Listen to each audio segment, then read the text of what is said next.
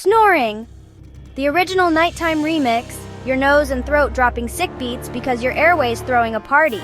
It's most popular if you sleep on your back, have allergies, or treat your stomach to a midnight snack. Who knew bedtime could be so noisy? So next time you hear snoring, don't get mad.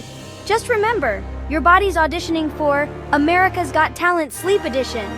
And if you're sleeping next to a snorer, congratulations! You've scored front row seats to the loudest concert in town.